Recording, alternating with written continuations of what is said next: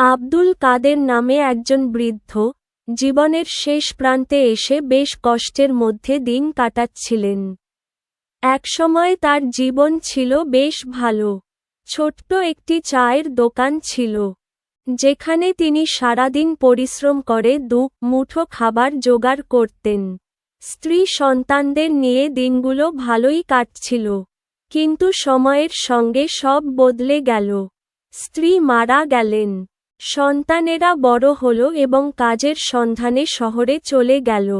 ধীরে ধীরে তাদের সঙ্গে যোগাযোগও কমে গেল। চায়ের দোকানও আগের মতো চলছিল না।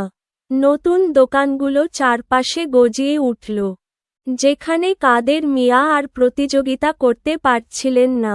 একসময় দোকানটিও বন্ধ হয়ে গেল। দিনগুলো কাটতে লাগল, কিন্তু খাবারের সংস্থান কমতে শুরু করল। প্রথমে গ্রামের মানুষ কিছু সাহায্য করত, তবে সেটাও কমে এলো। ধীরে ধীরে আব্দুল কাদের হয়ে উঠলেন গ্রামে একজন অযাচিত বৃদ্ধ, যার কথা কেউ ভাবত না।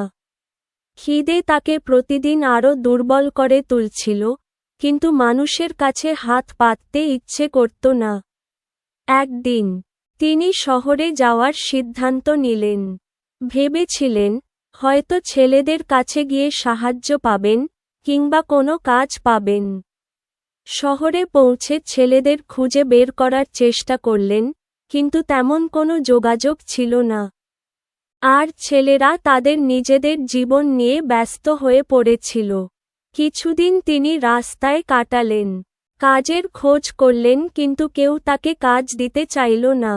ক্ষুধার তাড়নায় তিনি ভিক্ষা করতে বাধ্য হলেন। রাস্তায় বসে থাকা বৃদ্ধকে দেখে কেউ কেউ সামান্য কিছু খাবার দিত, কেউ আবার অবহেলা করত। খিদে মেটানোর জন্য এক টুকরো রুটি পেলে সেটাই ছিল তার সেদিনের সবচেয়ে বড় পাওয়া।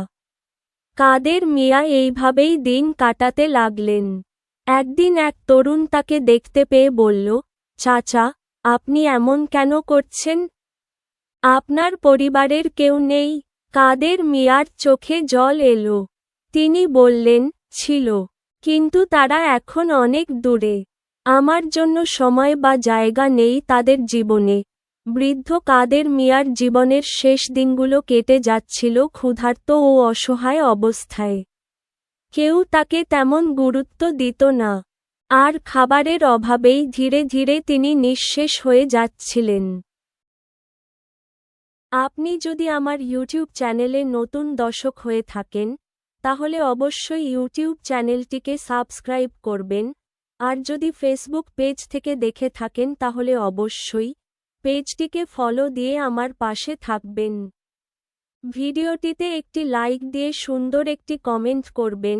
সবাই ভালো থাকবেন, সুস্থ থাকবেন। আল্লাহ হাফেজ।